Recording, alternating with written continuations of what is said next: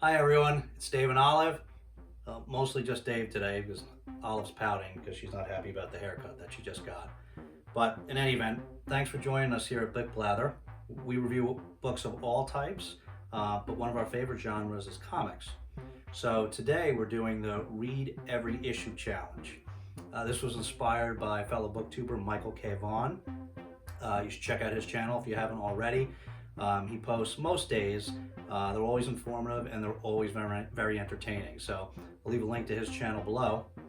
Originally, Olive and I thought we weren't going to do these sort of tag and challenge videos, but this one seemed kind of fun, and Michael was really starting to put the pressure on, so we're doing it.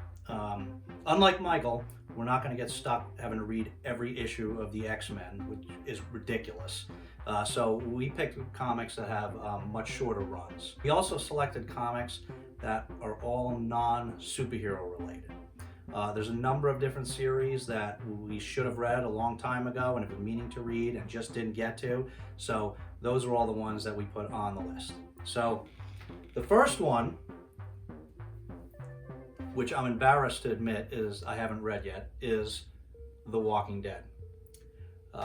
This series ran from about 16 years, from 2003 to 2019, and for 193 issues. Written by Robert Kirkman and illustrated originally by Tony Moore, but then for most of the series by Charlie Adlard. And this series ran for 193 issues, and when Kirkman abruptly ended it at that time. So this, of course, spawned the extremely popular television series on AMC, The Walking Dead, which has been running since 2010, as well as several spin-offs. And so I feel like at this point, I probably don't need to talk about what this one's about, but for anybody that doesn't already know, this follows really a group of survivors in a post-apocalyptic world. Follows the main character is Rick Grimes, who's a sheriff who has a work-related injury and is put into a coma. He wakes up from the coma. This is how the series starts. He wakes up from the coma and finds that most of the world has been turned into zombies. And so, he finds a group of other survivors, and it follows their adventures as they try to make their way in this new world, and as they encounter other groups of survivors and remnants of civilization. And of course, the main theme of the book is that the real monsters to be scared of are not actually the zombies, but the other survivors, because of what the types of things that people are capable of trying to survive in this world. As I said, there's 193 issues, but as you can see, a lot of them are available in these very big volumes. I do have the first one, which is issues 1 through 48, and as I go through, I'll need to get some of the other ones. So the next one on the list is Saga. This is an extremely popular series written by Brian K. Vaughn and illustrated by Fiona Staples. This has been one of the most popular comics in recent history. This originally came out, I believe, in 2012. The first issue was published, and has been on hiatus since 2018. Now they periodically have taken a couple of month hiatuses, and so this series was originally visioned to be 108 issues. So far there's been 54, and they took a long hiatus at that halfway mark.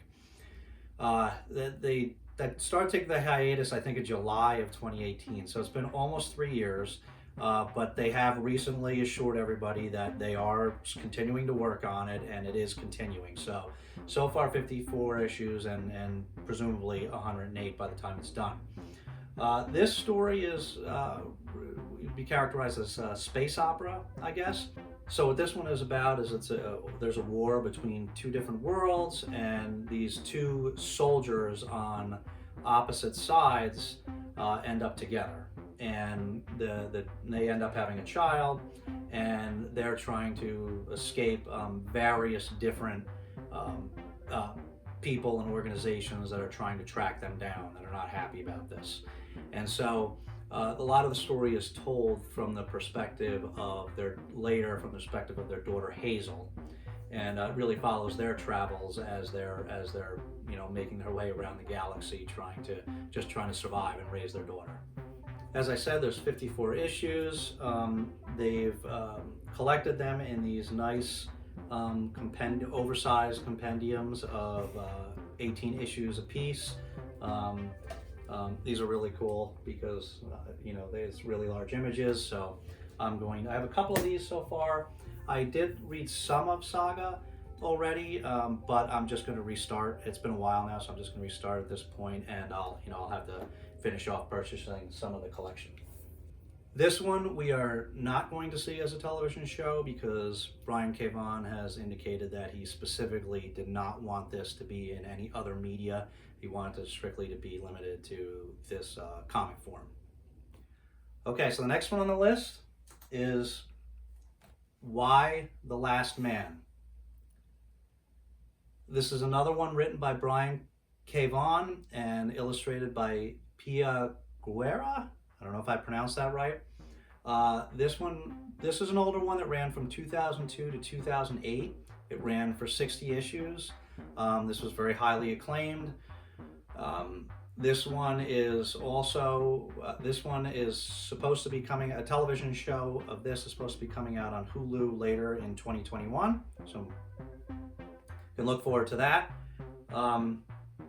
So what this is another sort of post-apocalyptic tale. This is about where one day every creature with a Y chromosome, basically all males, drop dead, except for the main character Yorick and his pet chimpanzee or pet monkey. And it follows their travels. They end up being accompanied by a special agent, and they go on a quest to find a geneticist to figure this out. Of course, for obvious reasons, Yorick is in a lot of danger in this world where he's the only man left, and so there's a lot of people that kind of get in their way. And I read this. This was collected in these sort of deluxe volumes, and there's 5 of them, which I have them all. I read this first one. Again, it was some time ago. I did enjoy it, and so I'm just going to restart it and get through all 60 issues this time. Okay, the next one on the list is The Wicked and the Divine, written by Kieron Gillen and illustrated by Jamie McKelvie.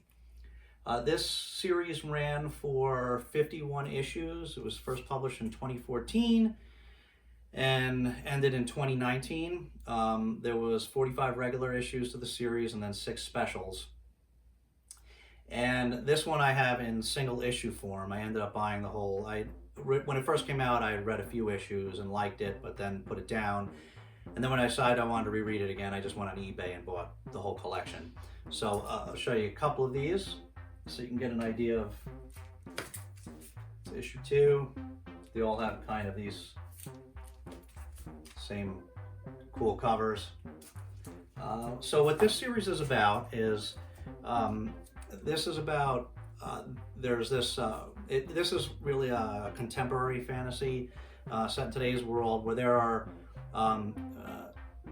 deity. There's this thing called the recurrence every 90 years, where these deities get reincarnated in 12 people, in 12 different people every 90 years, and so they have supernatural powers, and they become basically cultural pop stars, and die after 2 years.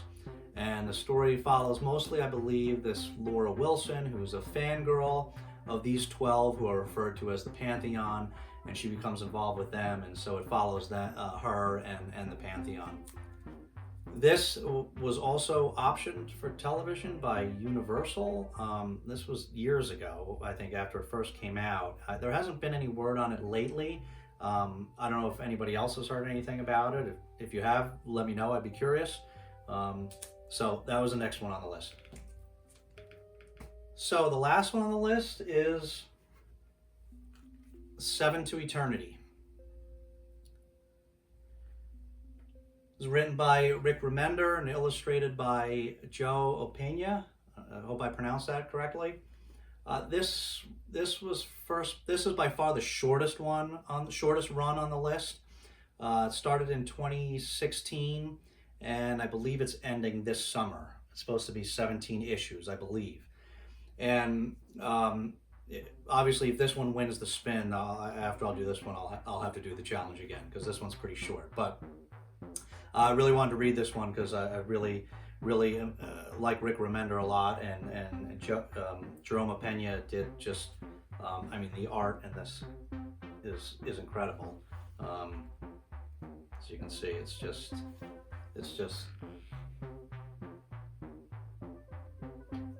the artwork is unreal. So this is really a dark fantasy. This is set in a world where people are born with different powers, and it's ruled by the god of whispers, that's the god of whispers right there on the back. And he basically rules this land through fear and getting everybody to accept his deals. So sort of everybody's in on it, and everybody are his spies. And it follows this protagonist, Adam Ositis, he's a dying knight from a disgraced family, and he teams up with a bunch of magic users as they try to take down the god of whispers. And it's not your traditional, sort of sword and sorcery fantasy, as you can probably tell just from looking at the cover. So it looks really good. It's not as well known of a title as some of these others that we went through, but it did get a lot of accolades, and so this one looks pretty exciting. Okay, so we'll do the spin. Have them all queued up here. I hope everybody can see this, and we'll hit the spin.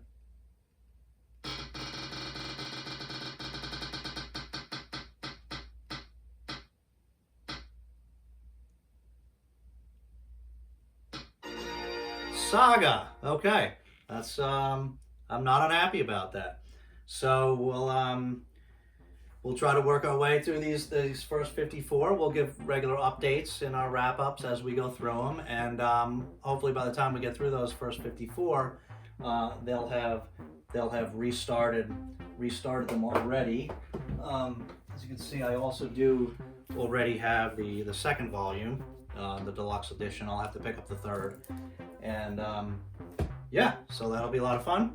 Okay, that's everything. If you like this video, please give it a thumbs up. If you haven't already, please consider subscribing and hitting that notification bell so that you get notified the next time Olive says it's okay for us to upload another video. Thanks so much for watching. Take care of yourselves and each other, and we'll see you next time.